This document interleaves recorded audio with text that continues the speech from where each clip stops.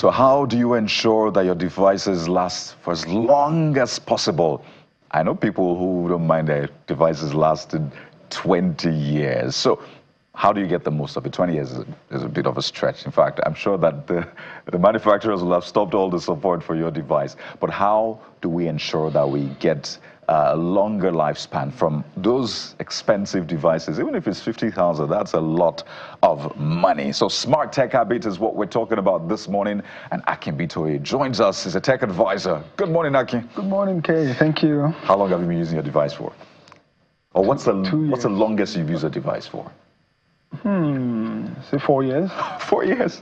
Yes. I'm sure the device was like, let me go. Not really. Remember the Millennium Bug? Ah, I see. The Volkswagen right, that new model. Yeah. 2000. Yeah. Oh, the vehicle, not the expression. Oh, I get it. Yeah, Millennium Bug. Ah, I see. That's 24 years, 25 years now. Right. Exactly. So it's still on the roads. Ah. Yeah, so some devices can last that long. That long. But portable devices, not so Not much. as long. So what are the smart tech habits to ensure that we get long-lasting devices? Okay, so this is more or less a roundup. We've hinted on them over the last couple of weeks. Either you use your device for work or for personal, for entertainment. There are some habits you'd want to stop doing. Thank you. Because over time, we just get used to it. You know, we like multitasking. Yeah. You want to eat, but you want to quickly watch a movie or send an email. So, one, do not eat or drink near your laptop or computer.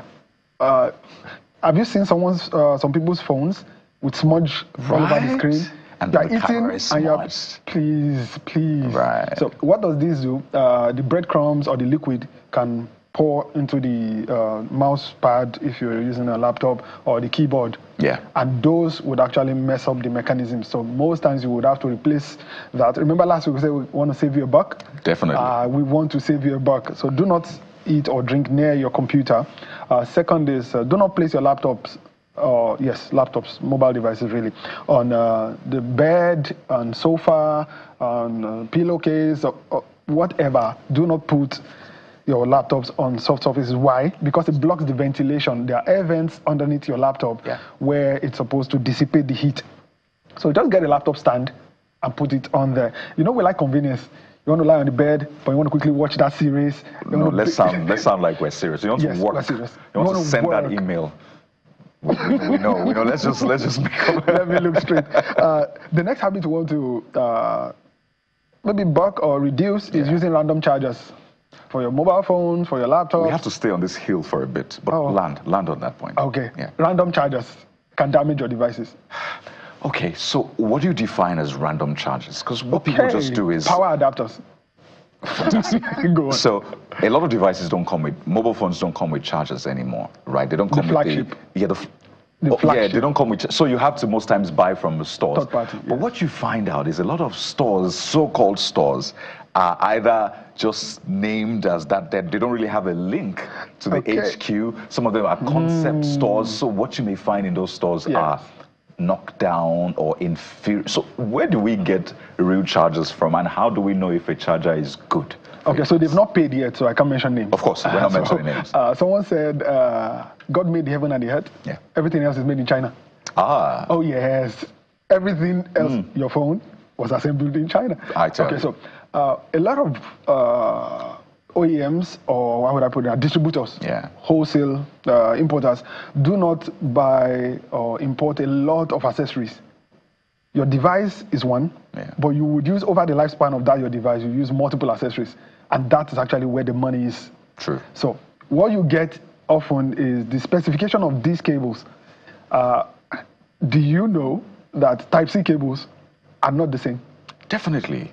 You can the same connector, but they're not the same. Certainly. Different wattages, different power ratings, different currents that can pass through them.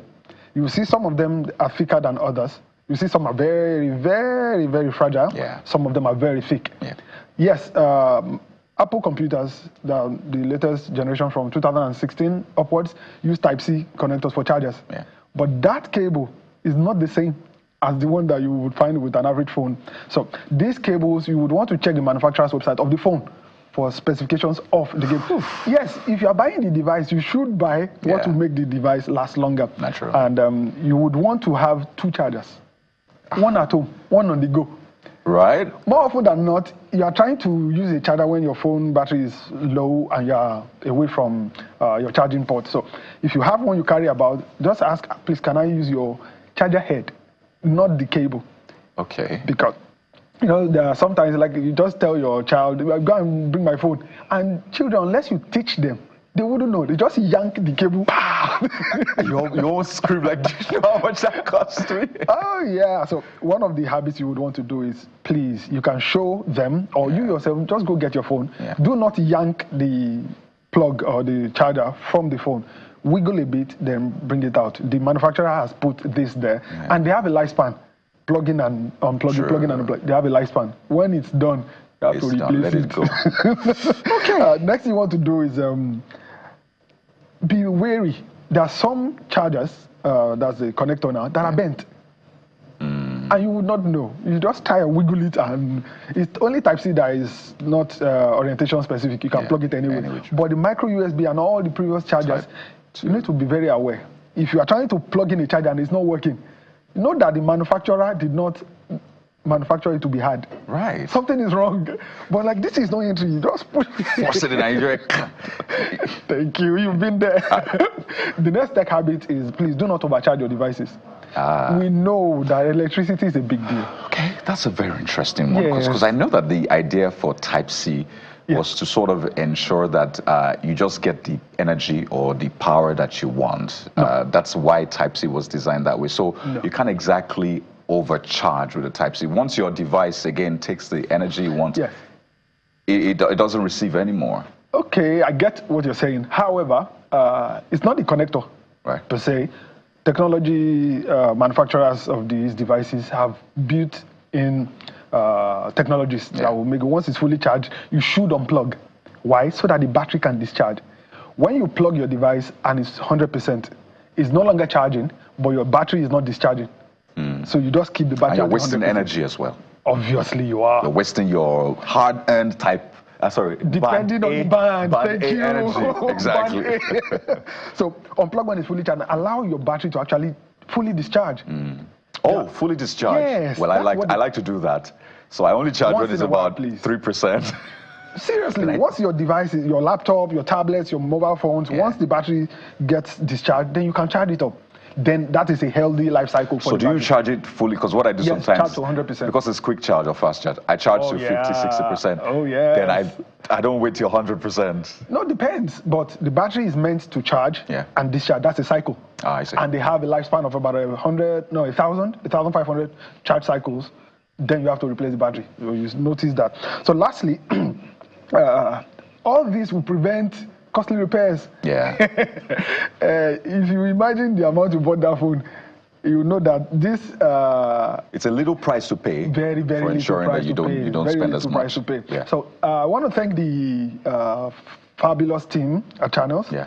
All the videos of the Pacific segments are on the Channels TV YouTube channel, and you can ask questions. So one of the viewers said his laptop something happened, and he took it and it collected money, and they said, okay, what exactly is the issue? You need to get the specific model, go to the manufacturer's website, and they will tell you these are the issues that is wrong with it. Then you know what to change.